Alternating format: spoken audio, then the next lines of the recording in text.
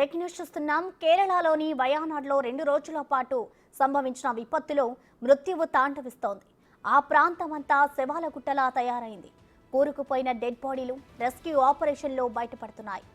రోజు మృతుల సంఖ్య పెరుగుతూనే ఉంది.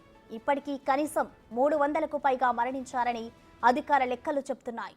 200 మందికి పైగా గాయపడగా సుమారు 1000 మందికి పైగా రక్షించారు. ఇంకా 200 మందికి పైగా జాడ కనిపించలేదు. This place is called Mundakkai.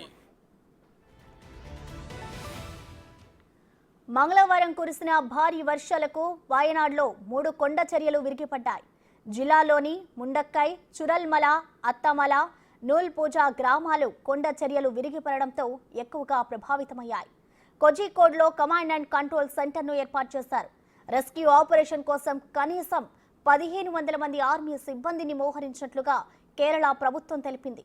ఘటనా ప్రాంతాన్ని ముఖ్యమంత్రి పినరై విజయన్ పరిశీలించారు.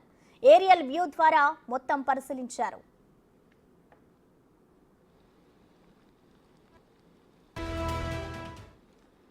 రెండు రోజుల క్రితం సంభవించిన విపత్తులో ప్రాణాలతో బయటపడిన వారిని కనుగొనడానికి రెస్క్యూ బృందాలు శవాల పరిస్థితుల్లో అవిశ్రాంతంగా పనిచేస్తున్నాయి.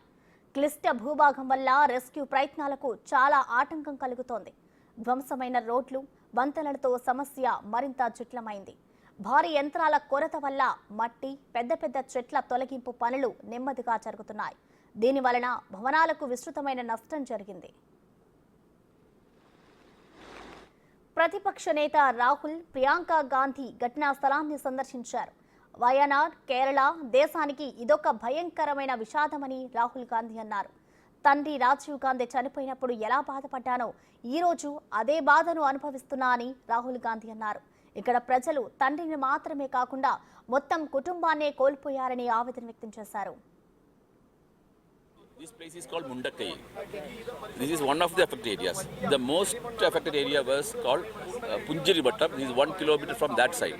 The Punjirimattam area, there are around 200 families.